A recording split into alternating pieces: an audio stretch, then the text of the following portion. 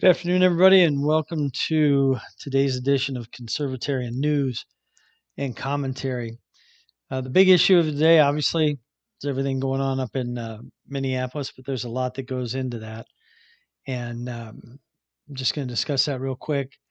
It's tragic that somebody lost their life. We also have to look at how we got here. She put herself in that position. Um, there are various news stories that try to paint it certainly a certain way. And and we do that. And then the politicians that really are stoking the fire on all this. So just want to address some of that. Got some of the posts from today. We'll go through those. But the thing I want to start off with is, I don't think our country would be anywhere near where we are. The issues that we have, if we had an honest and objective news media. If our news reporting would be 95% honest instead of 95% dishonest, we'd be far better off. Instead, we see the mass mainstream media, ABC, CBS, NBC, CNN, MSNBC, WAPO, New York Times, Washington, all those. And man, they just come out and march in lockstep. CNN did have a random act of journalism where they were actually kind of going through video leading up to what happened in Minneapolis yesterday. But a lot of these places, they've been PR agencies for the Democrat National Committee and for Democrat candidates and for Democrat administrations. They've been that way forever. I've been around long enough to remember when we only had three stations plus PBS, and the stories were all the same in the same order. Rush Limbaugh used to talk about this all the time with the media, and frankly, it's true. If our media would simply report facts, here's what happened, here's what led up to it, and stop trying to paint this in a certain way. And then obviously we have politicians that are sleazy, and they will exploit stuff. We have some that right now are just frankly being downright seditious. Mayor Jacob Fry in Minneapolis, Governor Tim Walz in Minnesota. Some of the things that they're saying is just outrageous. In that, Tim Walz saying that we're at war with the federal government, and then following that up, or in the same conversation, saying that the National Guard troops from Minnesota are being trained not to protect citizens from uh, invaders, from illegal immigrants, from crime that's going on. Obviously, the outrageous ripping off of money centered around that whole area. Not to help law enforcement, but to stand in opposition to law enforcement. We can have discussions on whether or not we think ICE should exist, ATF, FBI. Are they doing a good job or what? But the fact of the matter is, laws exist, and these agencies are in a position where they have to enforce the laws. And to have a mayor and have a governor that say that they're actually going to try to influence the entities under their control to work against the federal government, folks, that's extremely dangerous. But our media, they present this picture that just is not accurate. We've got this saying. Now, this is a post from the Independent. Now, the Independent is not an American publication per se, but with the internet the way it is, with social media the way it is, I mean, these stories obviously pop up, and so the Independent comes along and they say that that she was a award-winning poet and a mother, and that this situation has rocked the nation. Well, it hasn't rocked the nation. We have groups, socialist, Democrat, socialism, communist groups that are seeking to subvert all the things that have made our country great. They're working against all of those. They're in support of illegal immigration, in support of open borders.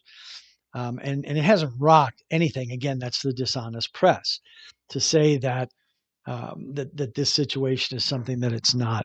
This lady put herself in the mix. She wasn't there by accident. She had been bird dogging these guys in trying to do their job. She had pulled up into the area where activity was going on. She pulled her vehicle across the road to block the road. As they confronted her about that, as they were seeking to get her out of her vehicle, she put it into reverse, put it into forward. There were officers obviously all the way around. Now, I don't know about the rest of you, but I was trained early on that that's not how you deal with it. And if you find a situation that you think is wrong, there are ways to deal with that. And we may not like the length of time it may take or the steps we have to go through and that sort of thing. But confronting the agents that are there to execute laws and execute their job, that's a good way to get hurt and ultimately in this situation get killed. So, but we have this again. This is an element of the press, and they're presenting this as this just she's a mother and a poet, and oh my gosh, and she was just in the wrong place at the wrong time. Well, no, she was not in the wrong place at the wrong time. She was in the wrong place, but she subjected herself to that. She put herself in that place. I have an article here from Bo Snerdley and his website, and people have been checking into this. Obviously, I mean, there's things that can be gained by looking around, and and this explains pretty well that Good was a 37-year-old mother of three. She was not a bystander caught in chaos. She was a committed anti-ICE activist embedded in a coordinated resistance network designed to disrupt immigration enforcement. And she was actively participating in that effort when she was shot and killed by an ICE agent in Minneapolis.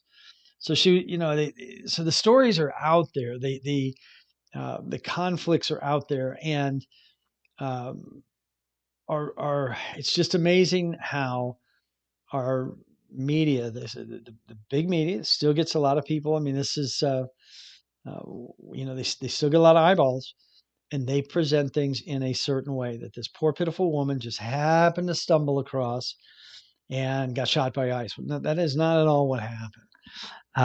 And she um, she was trying to do something, and it did not work out well.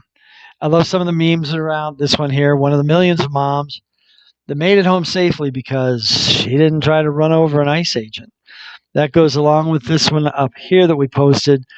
In that we've all seen this meme. It's the choice meme, and go home to my children, run down an ICE agent, and we've got the blue hair Karen that feels like this is an appropriate thing to do, and that's one of the worst things about it. We see these protests, and we're allowed to protest. It's a fundamental aspect of what we have as Americans, and here in America, and we have the ability to say things about politicians and about what they do, and we can question whether these agencies should exist, whether the law should. We can get rid of laws, but that's what we have to do. We have to get rid of the laws, and we have to get with our politicians, with the elected individuals, and we have to eliminate agencies. I'm all for some of that. This page is people that follow this page are. We definitely would like to see smaller government and all that, but this situation gets built up to where we have people that just feel like they can just stand in the middle of streets, totally obstruct the flow of life for other Americans. And I'm sorry, but that part's not acceptable. Setting fire to vehicles, setting fire to buildings. I'm sorry, that's unacceptable. That is not protest. That is anarchy. And whether you're interested in small government or not, small government stops when we get to the anarchy part. We do have rules at the federal level. We here fully support the Constitution of the United States as written, not as we wish it were written. There are some amendments we'd love to see gone. We talk about those quite frequently. But we support that because that's a great framework for government at the federal level. And then we have various states and they pile on. We have local municipalities and they pile on. But we can't simply obstruct uh, friends, neighbors, the world around us. We're not able to do those sorts of things, and that causes confrontation. It causes problems where people can get hurt, and it's fascinating. It's almost criminal in my opinion that some of these politicians will hype that up and make that seem like it's okay, and it's not okay. And so anyway, that's the hot topic of the day. Obviously, is this situation in Minneapolis. I do feel bad for the lady who has lost her life, but she put herself in that position, and there were numerous steps along the way that could have made this all turn out different, and all of it is on her. She didn't have to be there. Hey, thanks for joining us today. Thanks for being a follower of the page, and we will see you on the next one.